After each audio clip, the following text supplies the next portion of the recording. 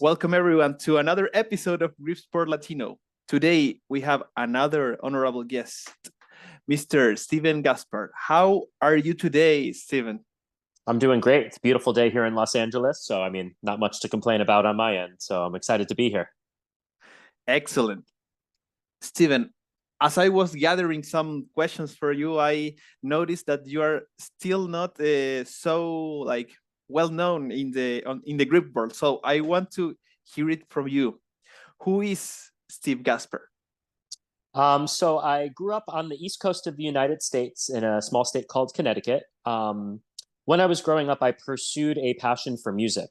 Both my parents and my grandparents, they're all professional musicians. So, when I was a little kid, I like to say I was strongly encouraged to pick an instrument that I was to practice. I picked piano. My dad's a pianist, and then soon thereafter, when I was about 7 or 8, I also started playing guitar. So I like to think that the start of my grip, the start of my hand strength and my dexterity and the use of my hands started at a very, very young age. I went throughout high school on the East Coast, and I then went to university at a school called the Berklee College of Music in Boston, Massachusetts, where I pursued a passion for guitar performance. I wanted to be a rock star. That was my dream. That was my goal. So when I graduated college, I moved to Los Angeles to again pursue that dream of being a professional rock star guitar player. And when you graduate college with a guitar performance degree, you don't really have a piece of paper that says you can do any real job other than play guitar. So I was forced to make a living by, odd jobs working at the mall, working in retail, things like that. And I have always been a rock climber. I learned to rock climb with the Boy Scouts when I was very young, about 11 years old. And when I moved to Los Angeles, I found a local rock climbing gym and decided that this would be a pretty good way for me to pay the rent, to pay the bills while I wasn't playing music. And one thing led to another. I moved here in 2010, so about 14 years ago. And within a year or so of working in the rock climbing industry, I was playing guitar less and less and less and climbing more and more and more. And nowadays, I am a full time rock climbing route setter and a national level rock climbing coach. So, more or less, what I do nowadays for a living is I create all of the routes at a rock climbing gym and I create the routes for competitions for rock climbing. And then I also coach a team of about 20 athletes who all compete at the national and world level. Some of them have aspirations to be in the Olympics, to become world champions. So I work around youth athletes at a very high level. So the long, short story of it is I started as a musician, building my hand strength, playing piano and guitar. Did that for 20 years and then moved along to rock climbing. And I've been doing that about 15 years. So I have always been someone that focuses on hand strength and diet and nutrition and wellness. But I had never really heard about grip sport until honestly about 6 months ago, to be honest. My first time ever trying anything like this was November of last year. So just about 6 months ago, I've been focusing on grip sport. Perfect. And while you were focused on guitar, did you play any sports like, I don't know, high school or at the gym, something? Not as much, to be honest with you. I was pursuing it at a level where I knew I wanted to be professional. So injury Okay. was always in the back of my mind. I snowboarded with my friends for fun.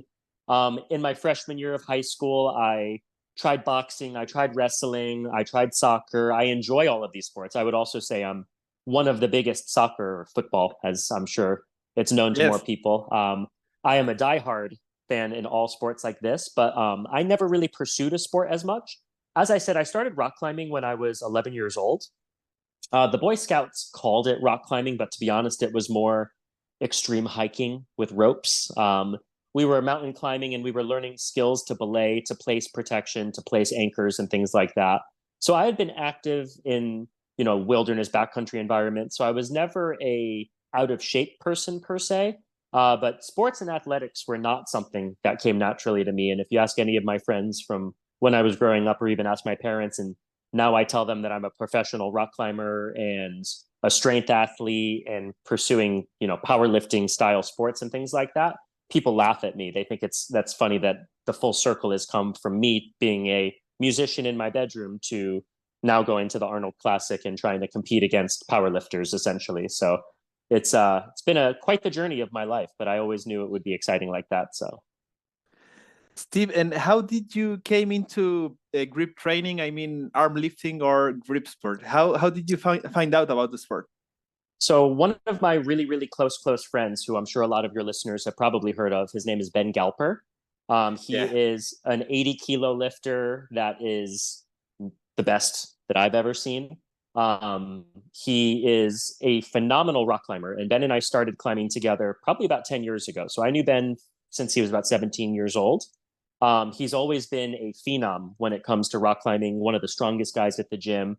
And as I said, about 10 years ago, he was building his deadlift up to over 500 pounds, even as a late teenager. So he's always been a very strong athlete and a very good climber. And about a year ago or so at this point, I saw him posting, this new sport that he's trying, arm lifting, grip sports, things like that. Then he went to the Olympia for Arm Lifting USA and won the gold medal there. And, knowing who Ben was, it looked very interesting to me. And I started to get the information from him about the different weight classes and the different events. And one day last November, he said, "Hey, why don't you come to the training hall, Ode Haugen's gym in Thousand Oaks, which is close to me." And he said, "Why don't you try it out? Why don't you just come see what it's like?" And I went there, and on my first day, I ended up, pulling a 90 kilogram 2x5 Saxon and 120 kilos on the axle, things like that. And as far as 70 kilo lifters go, Ben said, you're pretty good at this. I mean, there's not too many 70 kilo guys out there yet. I'm hoping to grow that in the sport, but right off the bat, it was something that I was really good at. And everybody likes things that they're naturally pretty good at. So I stuck with it. And it's been a new way for me to use my skills that I've built over my whole life with, hand strength and grip strength, and just kind of apply that to a new style of training. It's been really motivating for me to get back in the gym to build up my deadlift and to build up my pinch strength again and really train this stuff. And then beyond Ben, as soon as I kind of got into the community here in Southern California in Los Angeles, I mean, we have, I would argue to say, maybe the best group of arm lifters in the country. I mean, we've got Alexei Tukalov, we've got Carl Myersco, we've got Will Giuliani, who's one of the premier promoters. He just promoted nationals in San Diego. I'm sure I'm missing a handful of people. We got, William Reed, who's an 80 kilo lifter who is just as competitive as Ben in a lot of things. So I'm surrounded by some really awesome people that gives me the opportunity to train hard. And it's been interesting because, I'm a huge believer, even when I coach climbing, that you are a reflection of the people you surround yourself with. So when I go to the gym and lift with Ben and he's putting up a 400-pound axle, and I think that that's normal, and I'm like, "Oh, I'm the weak guy putting up the 300-pound axle." And then I go to a contest and, 400 pounds is a world record and 300 pounds is a world record in my weight class. It's really exciting to be able to push yourself that hard in training and then kind of see where it takes you in contests. So I've been very lucky. I guess you could say right place, right time. Yes, of course. And you told me that you tried the axle, you tried the Saxon bar. Yep. Those were like the first grip tools that you ever touched, right? So a funny story. Yes, those were the first two that I ever touched on that first day. So after we did those two and I was pretty successful, Ben said, "Hey, let's try the 2-inch Napalm's Nightmare." So we loaded that up as well. That was the last thing we did of the day.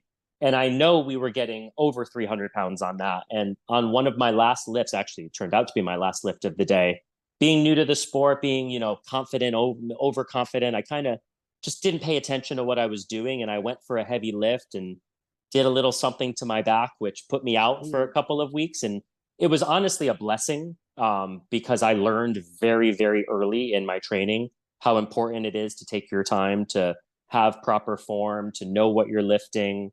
It was my first time dealing with kilos. And I know it's a silly excuse, but a 25 kilo plate looks oddly like a 45-pound plate or a 25-pound plate or a 15 kilo plate they all kind of look the same when you're using calibrated plates. So when Ben was just throwing these 25 kilo plates onto the loading pin, I was like, "Oh, it's nothing. It's this big. How heavy can it be?" And eventually it got very heavy very quickly. And I ended up doing a little something, nothing major, but it put me out for a couple of weeks where I was recovering. And the entire time I was injured, all I could think about was getting back in the gym, getting back to training. I bought myself a proper weightlifting belt. I built myself an entire program for training. On top of all of my coaching and music background, I'm also a certified sports nutritionist and personal trainer and DNA wellness specialist. So I knew exactly what I needed to do to correct my training, to build a program, to get all of my diet in check. So that first day, it was Axel, 2x5 Saxon, as well as Napalm's Nightmare. And I know why they call it Napalm's Nightmare. It makes sense. So Perfect. And Steve, since you are like in, it's like the best place to be, or one of the best place to be, like with Odd Hagen, Ben Galper, and all the stars of the West Coast. Uh, when did you decide to try a grip competition? Like when did you gave that step to, all right, I'm going to test myself? I mean, after the minor tweak on your back, right? I knew right away. I'm a very competitive person. And I'm a very much 100% or 0% person. You could ask my girlfriend, it's a blessing and a curse. But the second that I knew that I liked this, I wanted to take it as far as I could. Right around the same time, I was kind of training with Ben. I was doing my own lifts. I bought a few implements. I was training with Will all the time. And I was comparing my lifts to the leaderboards, and I was seeing, and a lot of these I'm competitive. So I kind of wanted to jump into a contest right away. Again, right place, right time. Along the exact same time, Ricardo Magni posted on his personal story that he was looking for more 70-kilo lifters for the Arnold Classic. So again, I was new to kilograms and I did my conversion and I said, oh my goodness, I am 70 kilos on the button. That's my everyday walking around weight. So I messaged him. I said, I'm new to the sport, but here are some of my numbers. I was qualified for nationals already at this point. So it was already, I wasn't just someone that was trying this for the first time. I had a little bit of kind of a standing in the sport. I messaged Ricardo and Ricardo got back to me right away and he said, I'd love to have you, go ahead, sign up. And I talked to him since then. He had no idea what to expect. I could have been just some guy off the street that was going to get crushed dead last.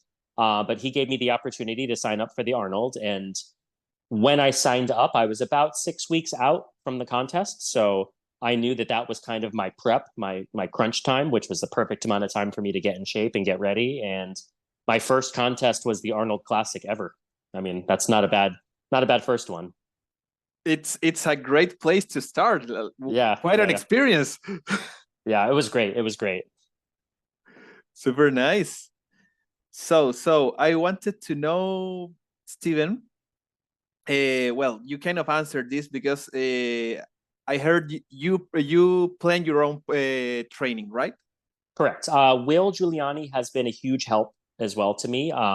He has a ton of experience in this sport. So going over his house, he's got this really amazing little outdoor backyard gym setup with grip implements that you can't even imagine. I mean, I've tried some things for the first time. He's got the entire Jokabug Planet collection. He's got some really unique stuff, but we meet up at least once a week. He's also been super kind and he runs fun contests at our climbing gym. So he comes in once a month and puts together fun free events for all of our members. And we get 20 to 30 rock climbers doing fun grip contests at the climbing gym. So he's been very helpful with my training. I've also been training with Ricardo Magni up at his house before. He invited me up to do a session with him as well. So I've had some amazing mentors in the sport, aside Ben, of course. Training with Ben is unbelievable. I'm also surrounded by amazingly strong rock climbers that are really interested in training as well at my gym. So I have a huge support system of very strong athletes that love to train hard. But beyond that, as far as my own programming goes, I do have a very strong sense of what I need. I've been training as a climber for as long as I could remember, and training other climbers for a long time. So it gives me a really unique sense to know what I want, know what I need, and know how to structure it based on the amount of time that I have. But it's also been, as I said, very helpful to have someone keeping me in check and training partners. But for the most part, I would say 80% of my training has been self-planned. That's correct. And do you do your workouts every day, or do you have some rest days in between? How do you So manage? So I definitely have rest days. I'm a bit older now. Hopefully, I am older than I look, I like to say. But with my job being a professional route setter and a professional coach, at least 2 days a week are spent full time rock climbing in the climbing gym. So I always keep in mind that climbing is what got me to this point, climbing and music in the early part of my life. But I didn't want to neglect my climbing because I'm the kind of person, as I said, I'm 0 to 100 all or nothing. I could very easily scale back on my climbing and spend more time in the gym lifting weights. But I keep 2 days a week professionally in for climbing, which is full 8 hour days of being on the wall, setting routes, trying routes, coaching routes, things like that. And then I spend at least 2 days a week in the gym focusing on compound lifts. Usually that's a deadlift focused day, whether or not I'm deadlifting on a barbell or an axle or a Saxon, but some form of deadlifting for grip. That day will also have some accessories, whether that's biceps, traps, triceps, whatever, some form of upper body accessory.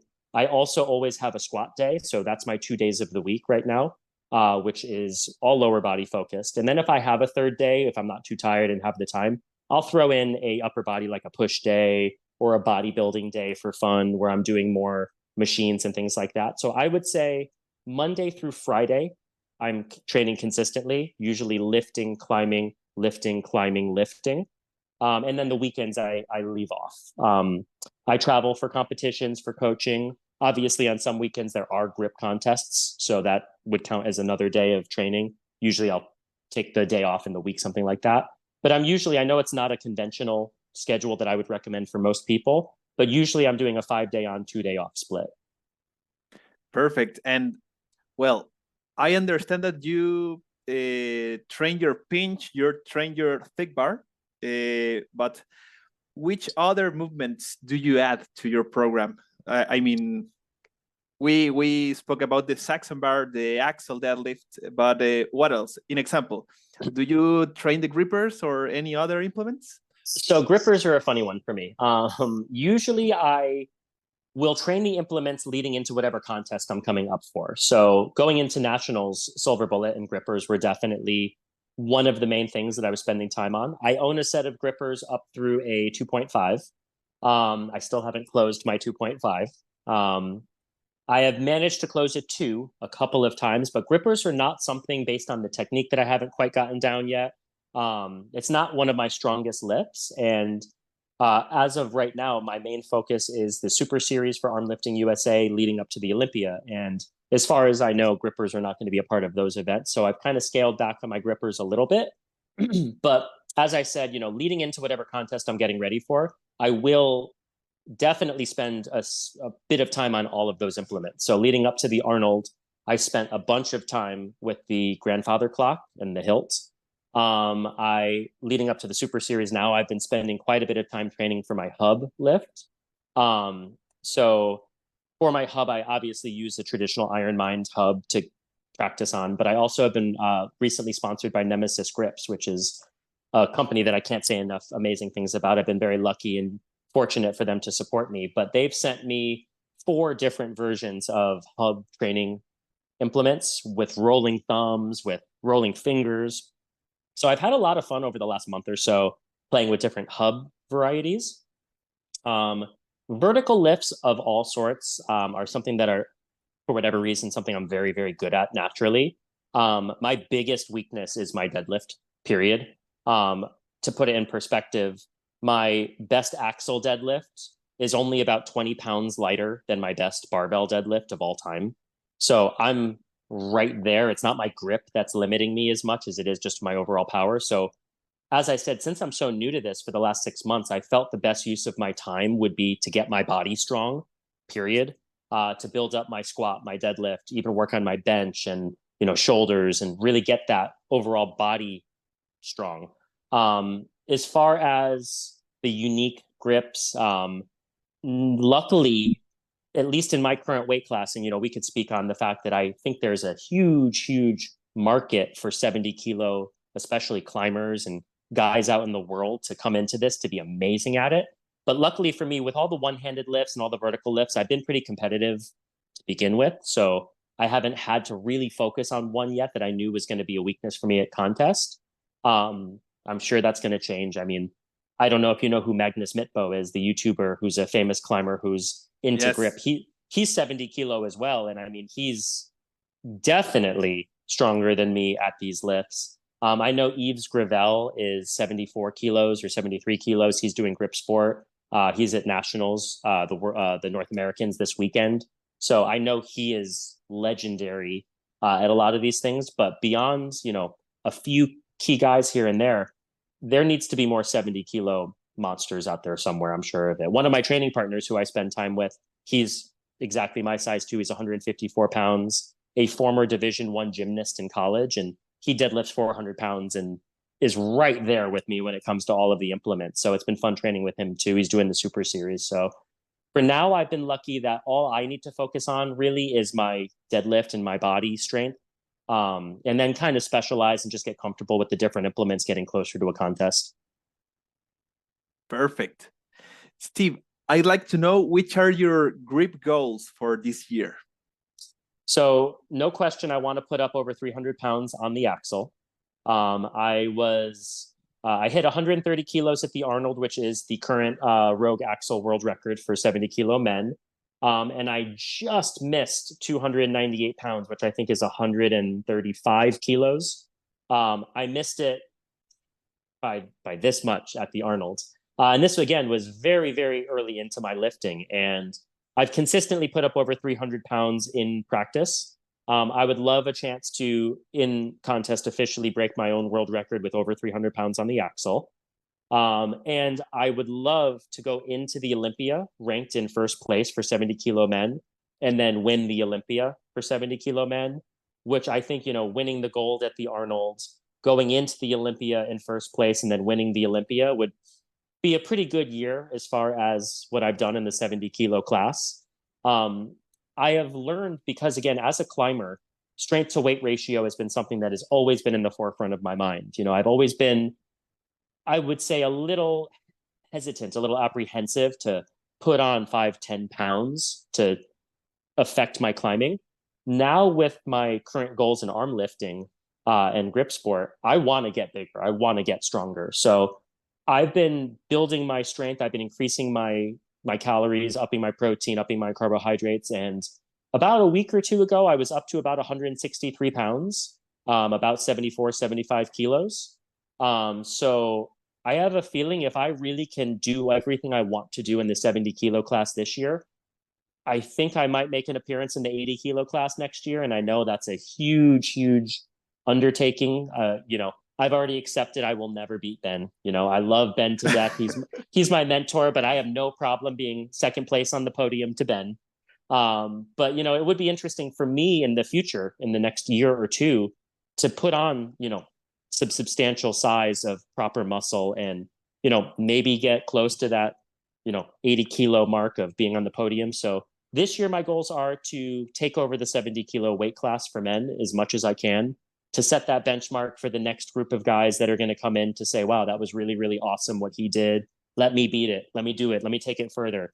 And then at that point, hopefully I'm, certified in the 80 kilo class as well. So this year is the 70 kilo takeover. That's my goal. Well, you told me that you are right now like 74 kilograms, but I am not sure what's your height, Steve.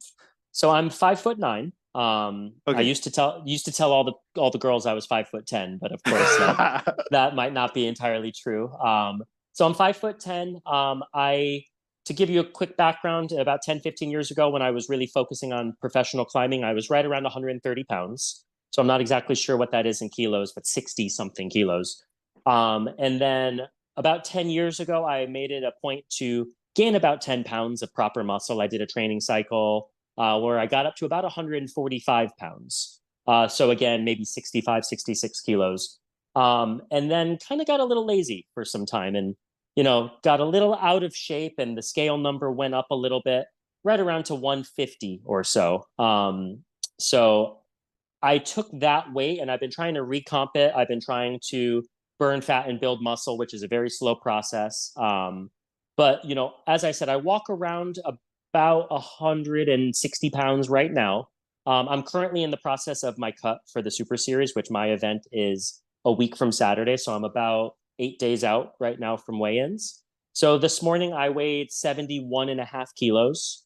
So I've got about another kilo and a half to cut, which will be very easy. Some water at the end of next week, things like that. So I've been right around the same size for a while now, but I definitely, as a 5'9" athlete, I think I have some space to put on some more size for sure.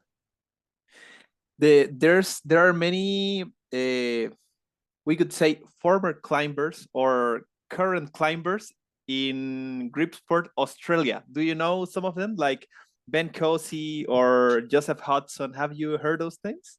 It's super funny because you said both of those names, Ben Cozy. I know as a climber. I honestly, Before, yeah, yeah. I didn't know that he's actually in grip now, and it makes sense to me because I think climbing is a cheat code for grip. Period. Yeah. I think people that are good climbers, very good climbers, are instantly good at grip. One of my coworkers, who's a great friend of mine, who admittedly has never deadlifted or bench pressed or squatted anything ever in his whole life. He's 149 pounds personally. Yesterday, when I was training, he came upstairs to the gym with no warm up, with no chalk, with never doing this before, picked up a Saxon bar with 70 kilos on it and looked at me like, is this hard? And I said, yeah. I said, yeah, that's very good. That's very, very, very good. So again, this person who I'm speaking of, he climbs V10, V11 outside every day. He's one of the best climbers I know, period. So clearly his hands are incredibly strong. But yeah, these climbers out there, these 150-pound guys, they don't realize if they climb very hard how good they would be at this. On the flip side, there's a lot of really accomplished power lifters that train at my climbing gym as well. They're just local to the area. And a lot of them will see me with the Saxon bar and they deadlift 400 pounds and they can't even lift, 100 pounds on the Saxon bar. They look at this thing and they try to pick it up and they can't even squeeze it. So it's a really interesting, unique set of skills. As I said, I mean, I'm a 70-kilo lifter and my best deadlift of all time is 325 pounds. That's a professional's warm-up weight. That's laughable for a power lifter.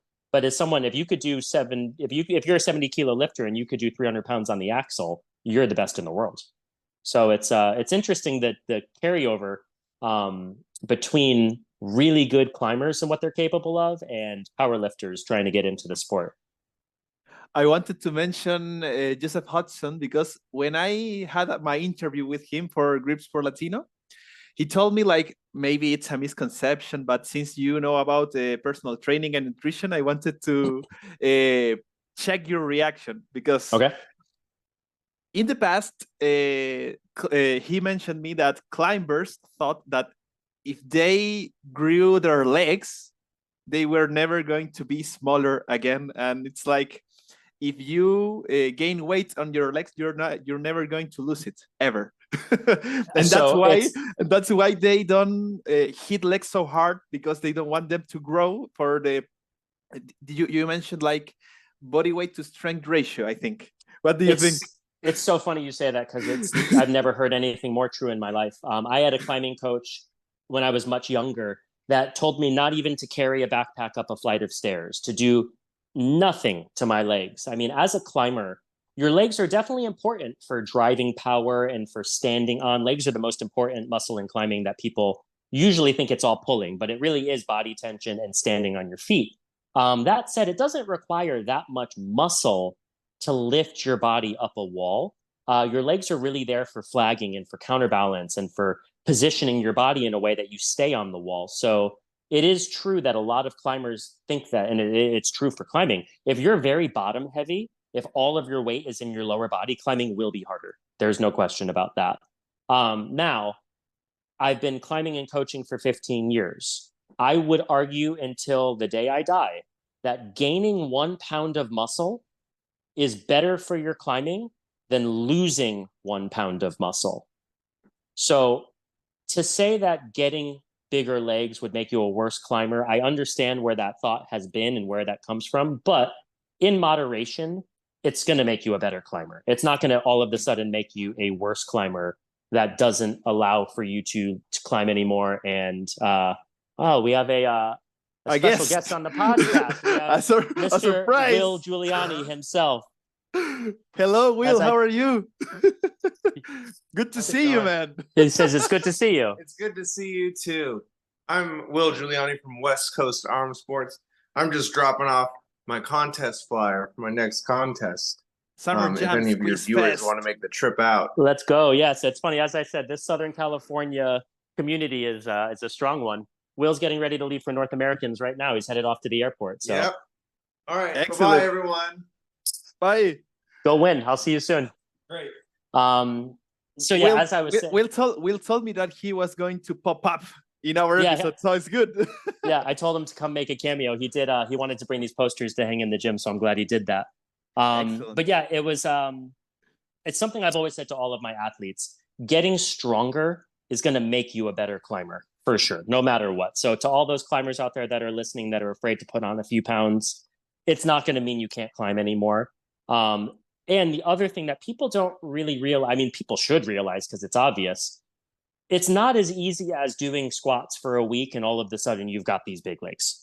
You know, like you could train and you could lift weights and it takes years and your genetics and your diet and your rest, your recovery, your hydration to put on muscle. I mean, if these climbers feel like they're going to go train their legs for a few months and all of a sudden be bodybuilders and not be able to climb anymore, that's not the case. And I'm here to tell you, as a climber and a coach who's literally coaching an athlete with Olympic aspirations right now, legs are definitely going to help you a little bit, and don't be afraid to train them. And as an arm lifter, I'm only training legs right now. I mean, other than climbing and every once in a while a little bit of bodybuilding, I'm 100% focused on legs. And my climbing has not gotten worse. I've gotten more confident in my climbing recently. So it's an old wives' tale, an old adage that big legs make you a bad climber. And sure, if you're Ronnie Coleman or Chris Bumstead or one of these professional bodybuilders that weighs 240 pounds, big legs are going to definitely make it harder. But there's a million other things in those guys' cases that are going to make their climbing harder as well. So for climbers, train your legs. It's going to help. And your girlfriends will appreciate it. Trust me. I wanted to go back in something else you said, that in general, climbers can dominate grip sport in general. Here in Chile, I have been doing many gatherings, like in parks, and many calisthenics athletes, arm wrestlers, and many climbers have came to try. And it's true, except in one movement, the grippers. Sometimes sometimes on the grippers, they don't have, they are not like as strong as on the pinch finish ball thick bar, you know. And it was interesting to me because their hands are super strong, especially on the, I don't know how to say it in English, but on the edges, they On are the crimps or the edges. Yeah, yeah. on the crimps, they are the kings, the Yep. kings of the world. Yep. But yeah, on grippers, they always have to train it a little bit to catch up, and then they are good at everything. I remember, well, there was a time where the world champions were only climbers or former climbers, like Tanner Merkel, the what was the other one?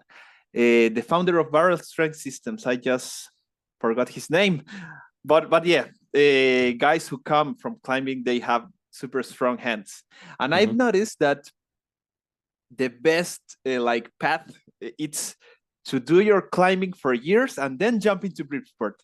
But Yep. the other way around, it's like kind of hard, because I tried it in the past, and my fingers were like not strong enough to hold up my body, you know. So yeah, it's very interesting you say that, because as I said, I struggle with grippers as well, and I've thought about this a lot. And I've read, the Iron Mind Captains of Crush training book, and I've done a lot of my own study into grippers. And I think I've kind of figured out a little bit. As climbers, we spend so much time in a closed position or a pinch position, but it's very rare that we have to completely close our hands around something. And the grippers, I can take a 3 and move it about this much. I can take even a 3.5 and wiggle it. But once it gets past my 2 or 3 inch boundary, I am not as strong with the finishing closing motion.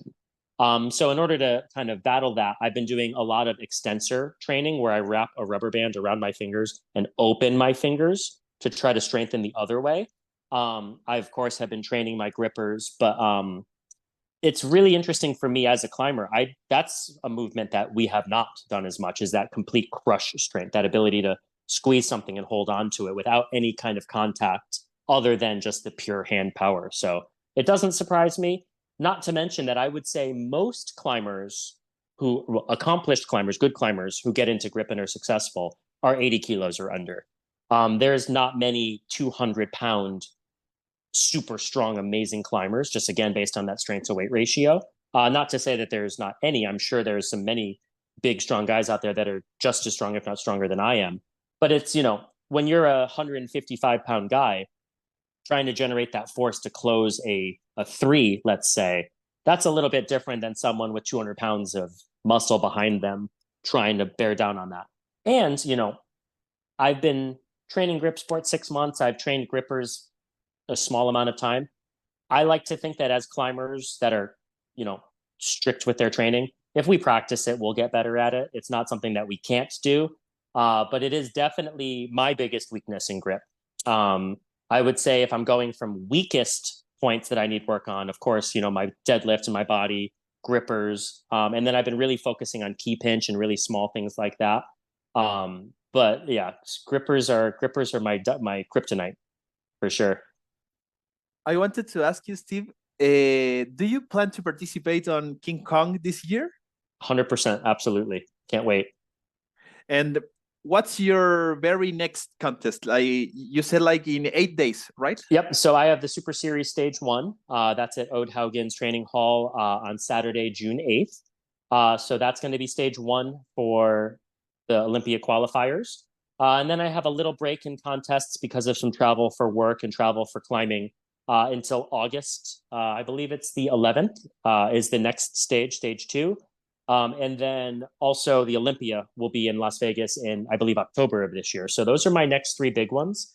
As I said, Will pops in and we do fun contests at the climbing gym once a month or so. And we have a great turnout. We have, I think at the last one, we had 24 or 25 lifters that showed up just for a fun little contest. And every single lifter was under 100 kilos, which was pretty interesting as well. So I'm sure we'll do some fun little practice contests, practice events like that.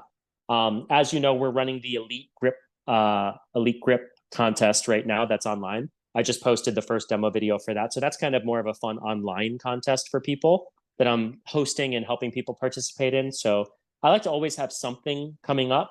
But the next big one, the one that, really counts, is going to be next Saturday, the Stage 1 of the Super Series. So I believe that's the 2-inch country crush, 2-handed lifts, the 3x4 Saxon, as well as the hub freestyle. So that's going to be the next 3 big ones in a week. Excellent. Well, best wishes for your next contest. And since you mentioned Elite Grip Society contest, I wanted to mention that this contest has brought a lot of interest here in Chile since we started to share the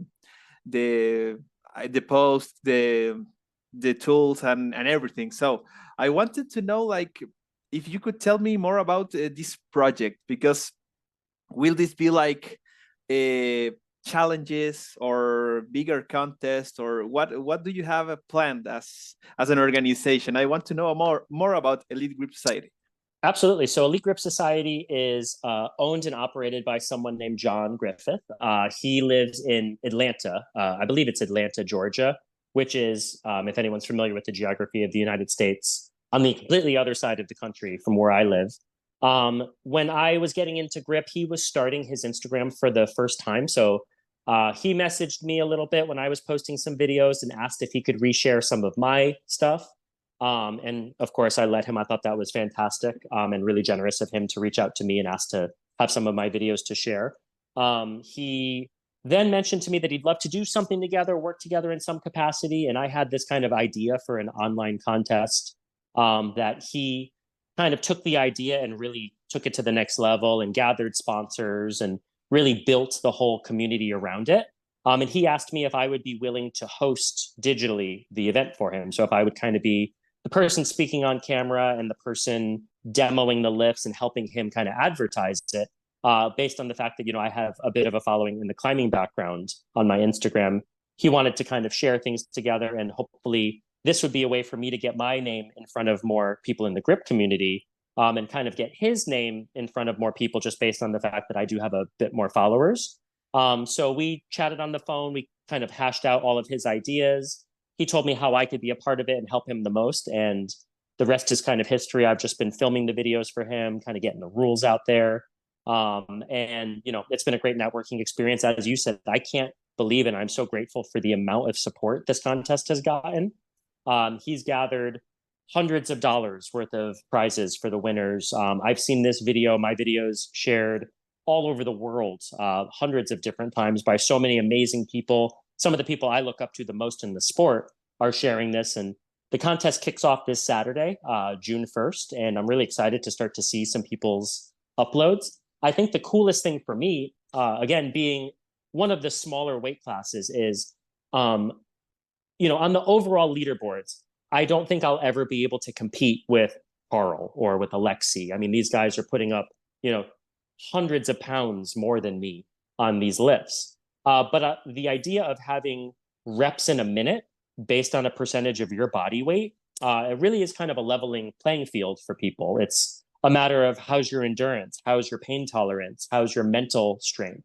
So that to me is going to be the really interesting thing to see is how many people participate in that aspect of it, where, you know, I just filmed the Saxon bar reps in a minute video, which is 50% of your personal body weight. So being 154 pounds, I put 79 pounds on the bar and in 1 minute did 24 reps. I'm really excited to see, you know, a 120-pound female athlete put 60 pounds on the bar. And I know she could do that many. Or on the flip side, you know, let's take a 350-pound, 125-kilo plus lifter, and let's see if they put 150, 165, if they put 70 kilos on the bar, how many reps can, you know, Carl do at 70 kilos in a minute? It's going to be fun. I think it's the great leveler. And there's never been a contest, to my knowledge, in grip sport that is fair all the way around for every lifter by gender, by weight class, where let's see who can be the best at this thing. That's something that I've always loved about strongman competitions is there's no differentiation for different weight classes. It's either you can lift this or you can't. And I kind of like that. And I would love to see more of that in grip as well. That's one of my favorite things about the smaller lifts, like the Jokabug Planets or little key pinches, 1-inch pinches. It really doesn't matter if you're 150 pounds or 250 pounds, you know, 25 pounds, 30 pounds on some of these lifts is a challenge. So I really like the idea of finding a way to demonstrate who has the strongest hands, the strongest grip, regardless of how big you are. Excellent. I wanted to know how it's going to be for the hub. Is it going to be like a percentage of the body weight and you will have to do reps, or it's like the max weight? So we have how it work? we have a category for both of them, for all of the implements. So the first week we're doing Saxon bar. So there will be an award for who lifts the most weight on the Saxon bar. And then there will be an award for who does the most reps in a minute based on their body weight percentage. The second week is going to be hub. The third week is going to be a 2 3/8 Napalm's Nightmare. And the last week is going to be grippers. So for the hub, there will be a max weight award, and there will also be based on your body weight. I believe it's 20% of your body weight. I don't want you to quote me on that. I have it all written down, and I'm going to advertise it the week of. But again, you're going to have reps in a minute for the hub. As far as Napalm's Nightmare, same thing.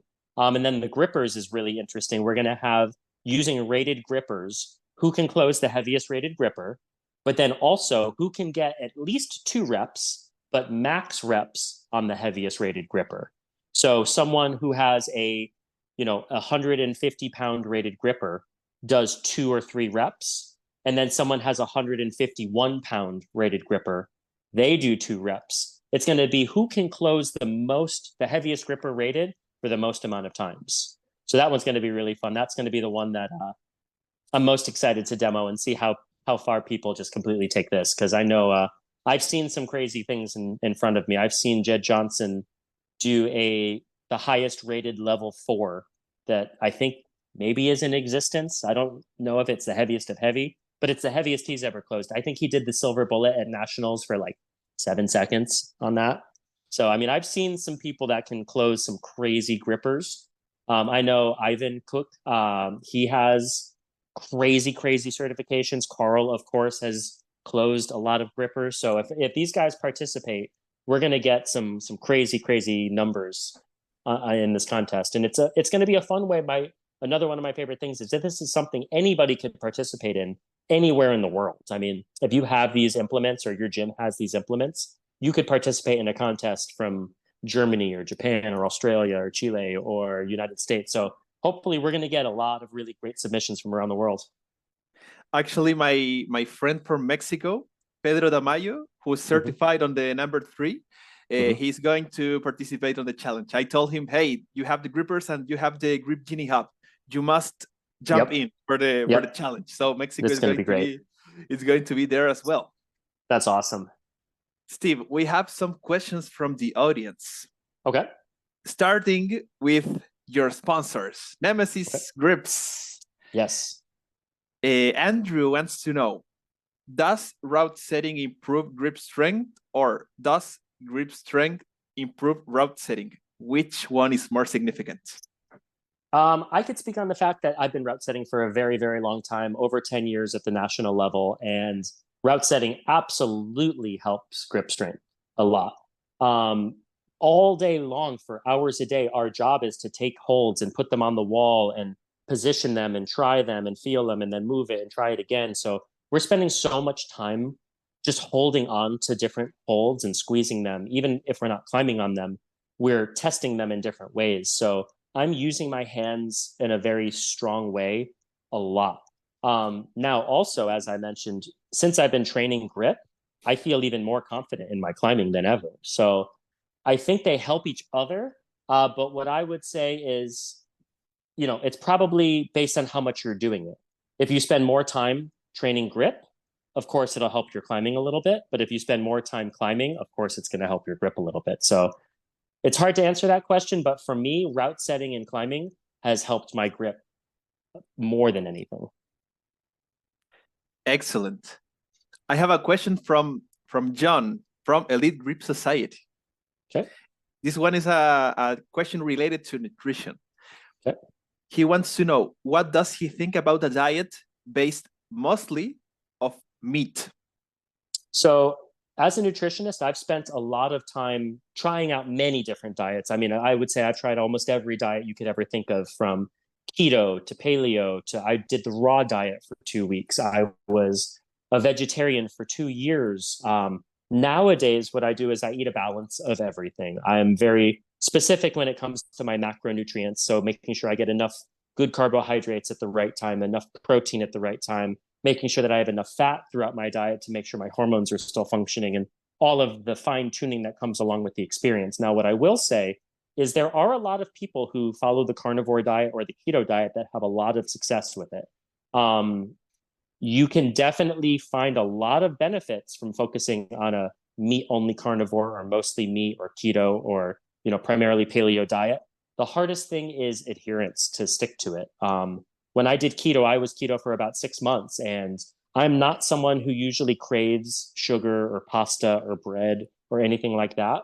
But the entire time I was practicing the diet, that's all I could think about. All I wanted was pasta and donuts. So it's not ideal, and it's borderline dangerous for your body to go in and out of ketosis. So if you are in keto for a week and then you take a day or two off and kind of cheat on your diet and have some donuts and then go back to only keto, it's not as good for your body as just finding balance. My advice, it sounds kind of like that, like vague advice, but my best advice for everybody is no diet is perfect for everybody. You need to find out what works for you based on trial and error. And what works for you is foods that you enjoy, that you can, stick with, foods that digest well for you. So if it makes your stomach upset, obviously it's not going to be good for you. But if a meat only diet is something that you love and you could stick to and it makes you feel great, I would say that's good for you. And then there's ways that we can, as a nutritionist, look into it a little bit more to make sure that you're getting enough protein and not too much fat, and making sure you're getting enough iron. So you're having, not all red meat, but enough red meat, and you're getting enough healthy fats from things like salmon, and enough protein from lean meats like chicken. So there's definitely planning that goes into any diet to make it proper. To say that, someone wakes up and eats ribeye steaks for breakfast, lunch, and dinner, and that's all they eat. No, that's not the best diet you can follow. But I'm sure there's one human in the world somewhere out there. I mean, I don't know if you've ever heard of Liver King or Yeah. the famous Yes. YouTuber. He claims that he eats, bull testicles all day long, and that's what makes him Superman. So there's somebody out there that eating only steaks all day will make them the best version of themselves. I would say for 90% of the population, finding a balance is a little bit more important of proper carbohydrates, fruits, vegetables, whole grains, lean meats, some fats, things like that. But yeah, that's a long answer, but it could be good in some cases and not so good in some cases. Excellent. I don't know if you are familiar with one of these former climber and grip champion, Tammy McClure from Idaho. Oh yeah, Tammy. I met Tammy at the Arnold. Tammy and I keep in touch on social media. We always comment on each other's videos. Tammy is she's one of my favorite athletes in the sport. I would say she's probably my favorite female athlete of all the amazing female athletes I've met. She's amazing. She's awesome. She's one of the member of the audience, so to speak, who gives more good questions for the guests. So she wants to know, does Steve have any climbing goals? Oh, great question. So all of my climbing goals are kind of based around my coaching and my route setting these days. Personally, I have gotten to a point with my own climbing where I'm very capable of doing my job at the level that I enjoy doing it. Meaning I can go set for national competitions and I know the level of the routes that need to be set. I know the categories of climbers very well, and I could kind of, manipulate the categories and manipulate my routes to make sure that I'm doing my job properly and test the routes. And I'm physically strong enough as a climber to try all of the routes that I'm setting and make proper adjustments. So my goals within climbing really kind of go back to the athletes that I coach. We are getting ready for our national championships, and we have a handful of our athletes that have qualified for nationals already. So I'll be traveling with them to Salt Lake City, Utah, in a few weeks to coach them for a week long. It's a 10-day contest where they climb every single day, and it's pretty grueling. So my goals are more for them at this point and coaching them and training them and getting them ready. As someone who has been climbing for 15 years professionally and is now getting into a new, very demanding sport, I'm very careful of not burning out or overtraining or pushing myself one way or another too much. So as I said, I'm very competitive. It'd be very easy for me to get this goal in mind of I want to climb a certain climb or a certain level and then push myself 100% on my climbing and then say, oh, I've got the Super Series next weekend. Now I need to push myself in my training for lifting. And next thing you know, I'm sleeping less. I don't have as much time for recovery. And, I do a little something to my finger and it hurts a little bit. And I say, don't worry about it. Let me just tape it. I'll climb anyway. And I have found myself burnt out before and overtrained before. So I'm honestly kind of happy that right now I'm just content with my climbing. I'm satisfied. That's not to say I know at some point I'm going to find a climb that I really want to do or find another climbing contest that I really want to try. So my climbing goals right now are to stay healthy and to stay excited about climbing and not get hurt. So I know that that's not the normal climbing goal that a lot of people might have, but I have my big goals in arm lifting right now. That's where I really want to shine. Excellent. She also wants to know top 3 nutritional hacks from Steve. Top 3 nutritional hacks from Steve. First thing I would say is that everyone who is serious about their diet and nutrition should track their calories and macronutrients at least for a week or two once in their life. I'm not saying this has to be something that you do forever, and it can be time consuming. It's learning a new skill. It definitely requires a learning curve. But something that happens when everybody starts tracking their calories for the first time, whether they use an app like MyFitnessPal or one of the other apps, Carbon Diet app is another one that's really, really popular. You start to see, wow, I'm not eating a lot of protein this day, or I'm eating a lot of fat this day. Oh, wow, pizza really takes up all of my calories for the day. Oh, what? And you start to learn not only what your habits are and ways to make small improvements, you also, for the rest of your life, you know, okay, this much rice is probably 1 cup. This is probably 200 grams of rice, or this piece of chicken is probably 4 ounces. And I know 4 ounces of chicken has about 30 or 40 grams of protein. So you get really good after only a week or two at just eyeballing for the rest of your life, kind of what your portion sizes should look like. So first thing first, you should track at some point just to know kind of what food looks like on the plate to you and kind of what your natural habits are. Second nutritional hack is not even really a hack. It's drink enough water. I always tell people that there's 4 things that you could control that matters on how you feel, how you perform. And this isn't for athletes necessarily. This can be for the average housewife, how you feel carrying the groceries, or how you feel playing with your kids, or how you feel going up your stairs at night. The 4 things that you could control are your training, your sleep, your food or your nutrition, and your water. Those 4 things are completely equal. If you have the best training, the best diet, the best water, and you drink a gallon of water, but you only sleep for 3 or 4 hours a night, you're only going to reach about 75% of your full potential. So my other goal is to focus on those 4 things and try to make them all evenly as best as you can. And then my third nutritional hack that I would say is find a diet that doesn't feel like a diet. Find something that you enjoy and that you can maintain and make it sustainable, and find that balance and find that consistency for as long as possible. Now, that's not to say that you can't go out on the weekend with your family or friends and have a couple beers or a couple glasses of wine and, you know, have a hamburger or have some pizza with your friends. If you do that once a week, that's part of your balance. But finding something that's sustainable. I mean, I can tell any client I ever have, I want you to eat 200 grams of brown rice, 200 grams of broccoli, and 6 ounces of chicken. And I want you to do that 4 times a day, every day for the rest of your life. And you know what's going to happen to that person is in 6 months, they're going to look better than they've ever looked. And they're going to quit and they're going to go get a pizza. So, of course, there's ways that you can, if you're a professional bodybuilder and you hire me and you say, I need to step on stage and I need to look my best, that diet and that habit is going to look very different than someone who contacts me and says, I just want to look a little bit better in a bathing suit and I want to be a little bit stronger in the gym. There's different ways to find that balance. But the third hack is to find something that you like, that you could sustain and do for a very long time, because building muscle, burning fat, getting in shape, staying in shape, that's a lifelong journey. That's not something that we're going to do for 6 months, reach a goal, and then be able to quit and do something else. If you want to be in shape and you want to be healthy, you got to do this for the rest of your life. So, you know, find a diet that you really enjoy. That's the third and most important tip. Super good, Steve. Tammy also wants to know, what is Steve's hand size and ape index? He seems like he has pretty long arms. So I have very long arms. My hand size, I'm not entirely sure. I know it's funny because, you know, you learn all the funny things about grip athletes and grip aficionados. I've had more people when I've met them say, "Oh, can I see your hands? Is that weird?" Oh, and they start looking and like doing this stuff and like measuring my hands. I actually have I know you can't see in the camera.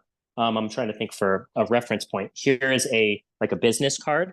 I don't have very big hands. I would say they're about 7 inches from tip to palm.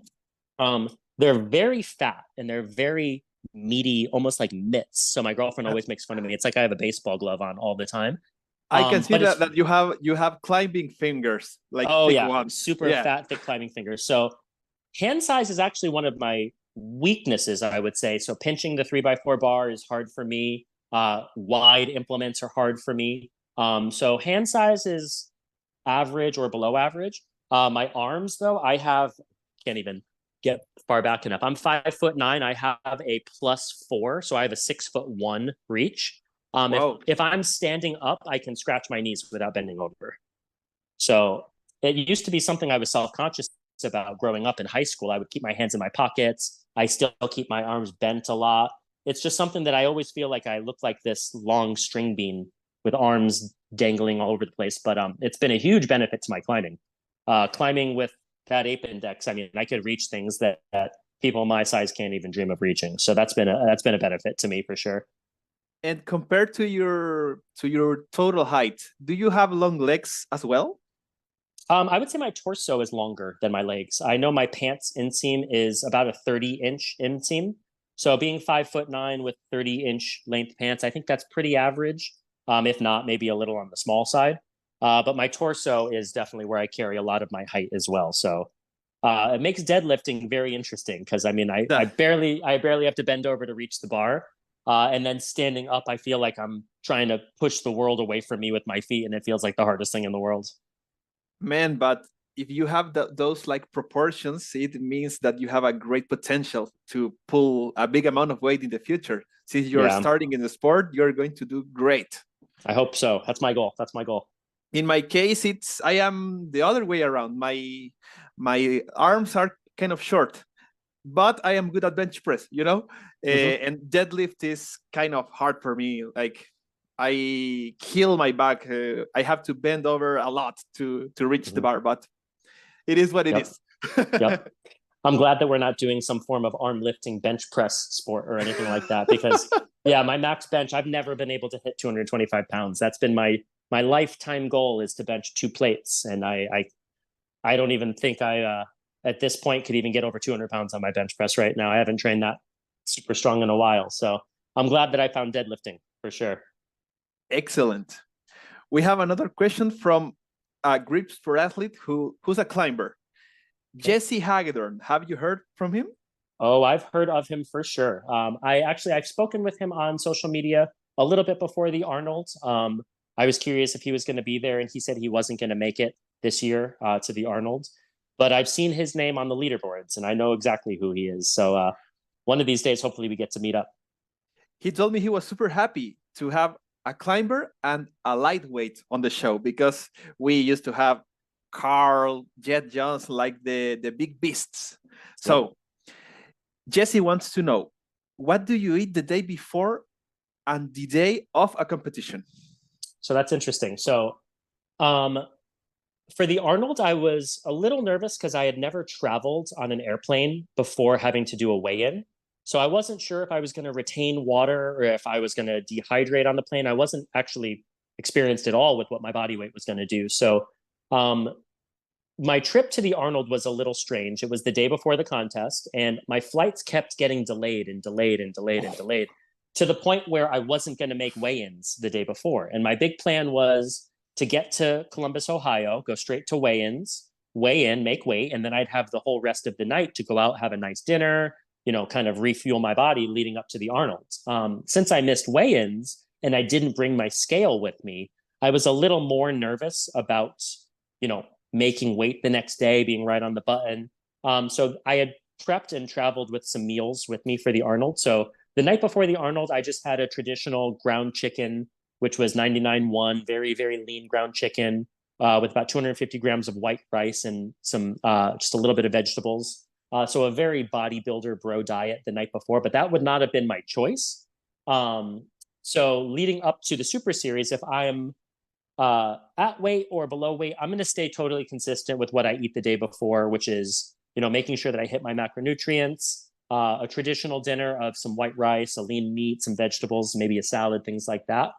I'm also anticipating the possibility of needing to do a little weight cut and still being a pound or two above my weight going into the Super Series, in which case I'll probably take on a little bit more of a water loading or a weight cutting diet, which depending on how much I weigh, might mean I eat almost nothing the day before weigh-ins. What's really important is what to do after you weigh in the day of the contest. So with a 2-hour weigh-in, having 2 hours left, I'm going to focus 100% on carbohydrates and sodium. So once I weigh in and make weight, the first thing I'm going to do is eat a banana and drink a Gatorade. So get some potassium from the banana. Bananas also have been known to really settle my stomach, especially if I'm a little nervous or I'm feeling a little gurgly in my stomach. A banana is really going to help with that.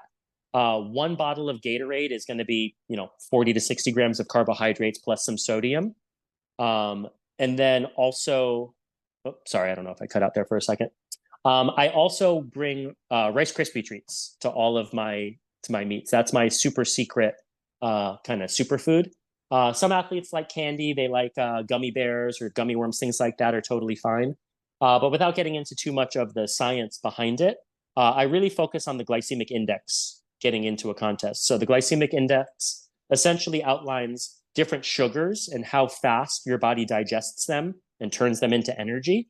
So I'm looking for super high glycemic foods, foods that I digest super fast and that give me quick bursts of energy as fast as possible. So Rice Krispie treats, fruit juices, apple juice. I love apple juice before a meet. The day of, it's really just about getting in those sugars and that quick energy, and lower volume foods, foods that are going to give me the calories that I need without a ton of fiber or a ton of volume.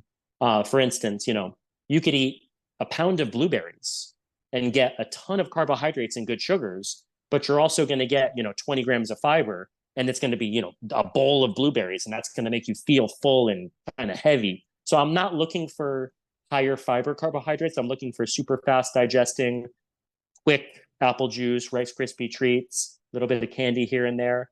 Not something I'd recommend to everybody for a normal, everyday, healthy diet, but the day of the meet, it's all about just getting in that fast energy as quickly as possible. Perfect. Sounds super good. Jesse also wants to know, what is your favorite climbing moment or story? So climbing specific, I've had a lot of them. I've had some climbs outside where, you spend so much time working on something, you never think you're going to finish it. And then you finish it and you have this moment at the top of the climb where you feel like you could do anything and it's the most beautiful place you've ever been. So to pick only one of those moments is tough.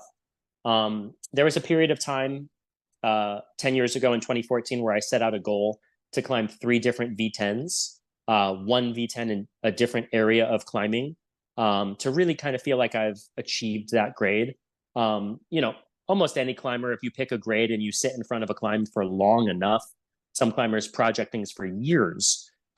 It's, most climbers that spend enough time and dedication to something will achieve it. So I really wanted to challenge myself to do multiple climbs in different areas of different styles. So 10 years ago, I was able to achieve that goal of 3 different V10s and 3 different climbing areas. So that was a huge accomplishment for me as well. But honestly, all of my goals in climbing and all of my achievements, I feel are professional. I've coached athletes at national finals before. I have personally set climbs for national finals before.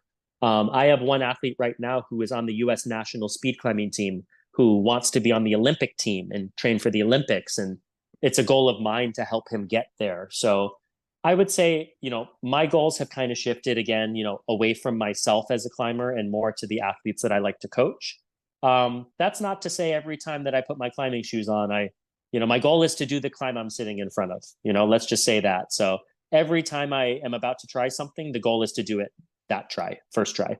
So I don't have any specific goals. I know some climbers are like, oh, I want to go do Evolution in Bishop, and I want to go climb this climb wherever. I love traveling. I love seeing new areas.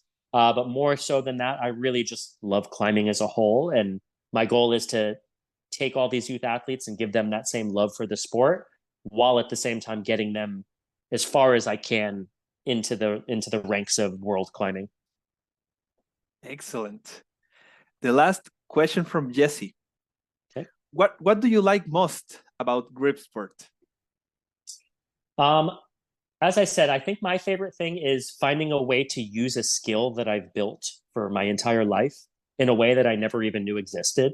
Being able to challenge myself with all of these unique implements. There are so many implements out there. I'm sure most of them I still haven't tried. But, for instance, Logan's Lift, which is one of my favorites.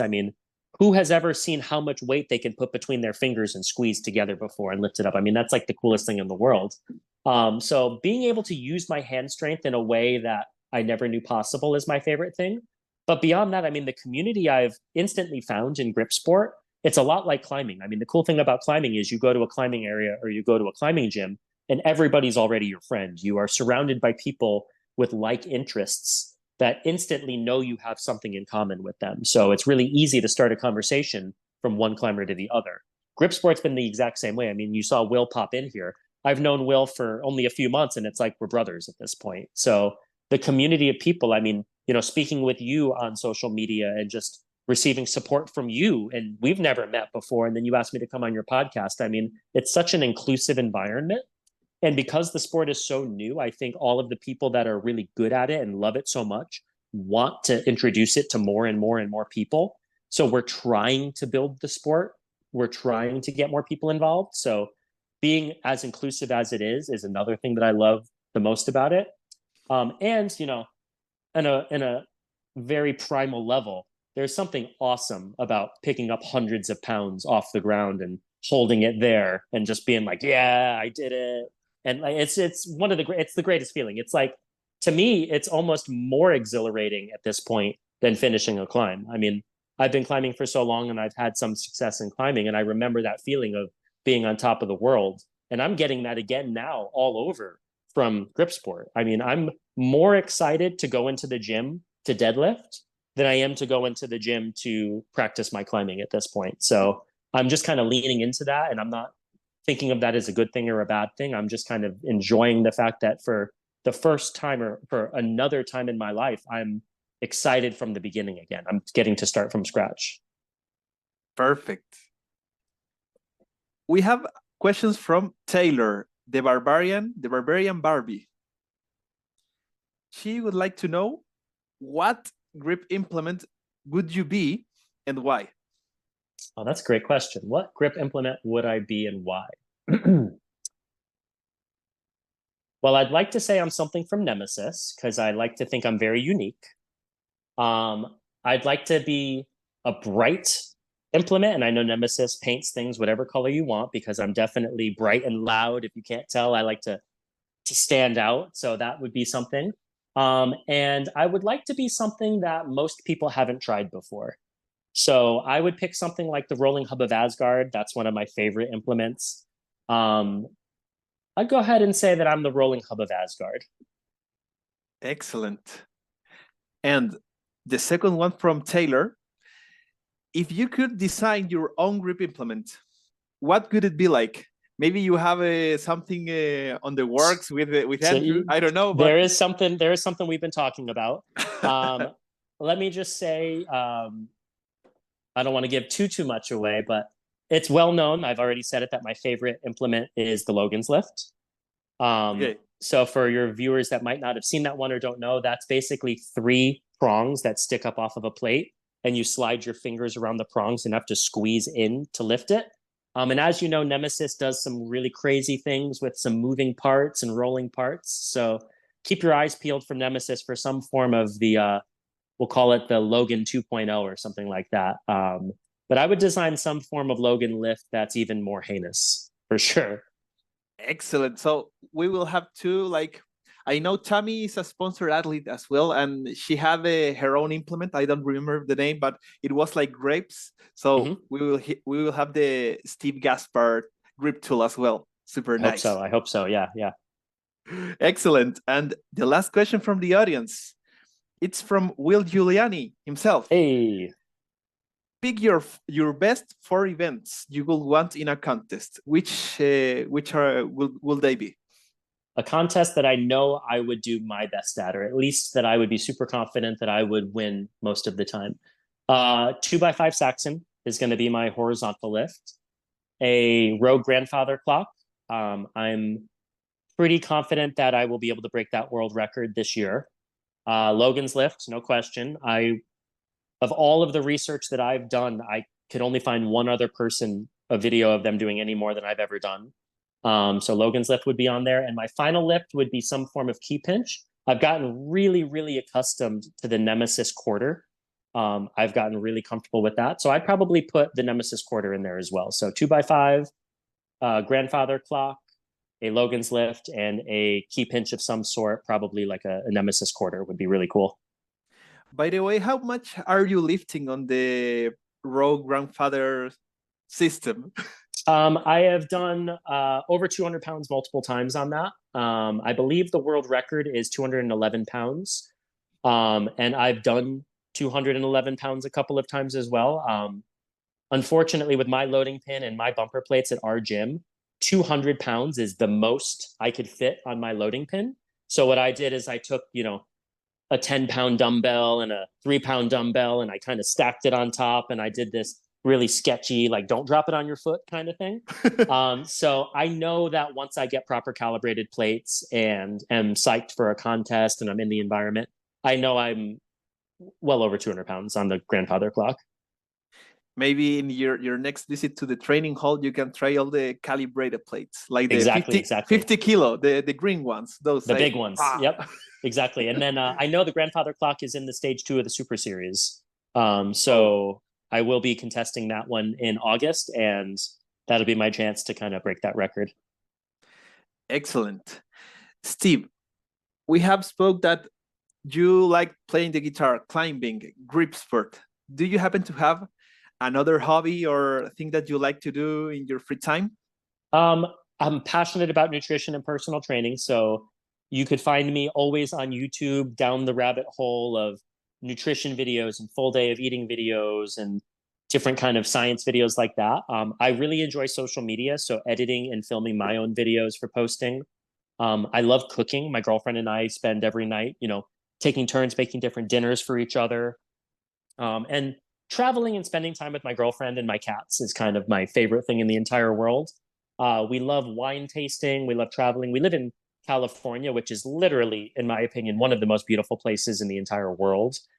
Just a couple of weeks ago, we were in the desert of Joshua Tree. And then this past week, Ricardo invited me up to his house to train, which is in the middle of wine country. So, I mean, within 3 hours of driving, you could be in the desert, you could be in the mountains, you could be in wine country. So, exploring all of those areas of California are something that I really, really love. And, being someone that spends 8 hours a day at a climbing gym and training and coaching and going to climbing competitions, it is also nice to have some free time to just kind of sit back and drink a cold beer and sit outside with my girlfriend and relax. So I have a lot of things, but that whole mindset of 100% or 0% definitely makes it challenging.